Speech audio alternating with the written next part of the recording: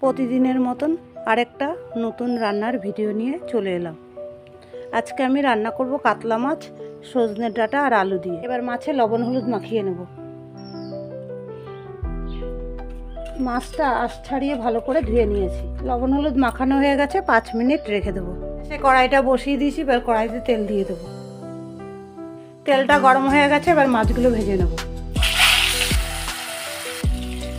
এবার মাছগুলোকে উল্টে দেবো।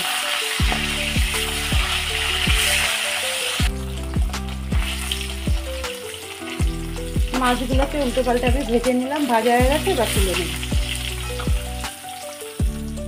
এবার একই তেলে 5 ফোড়ন দিয়ে দেবো আর দিয়ে দেবো পেঁয়াজ কুচি।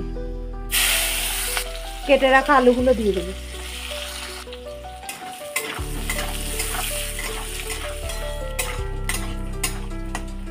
কিছুক্ষণ নেড়ে চেড়ে এবার সজনে ডাঁটাগুলো দিয়ে দেবো। স্বাদ মতন লবণ দিয়ে দেবো।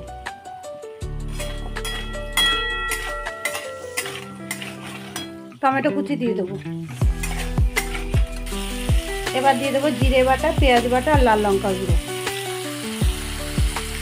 সামান্য একটু জল দিয়ে দেবো।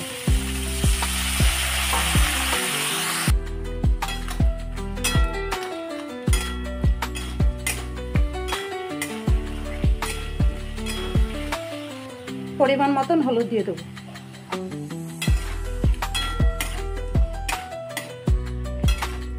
যে কোনো রান্নায় মশলা দেওয়ার পরে একটু জল দিয়ে তোমরা কষিয়ে দেখবো, রান্নার স্বাদটা হয় পুরো আলাদা।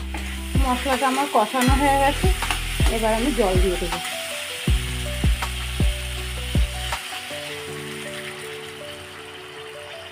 আলু ডাঁটা সেদ্ধ হয়ে গেছে, এবার ভাজা কাতলা মাছগুলো দিয়ে দেবো।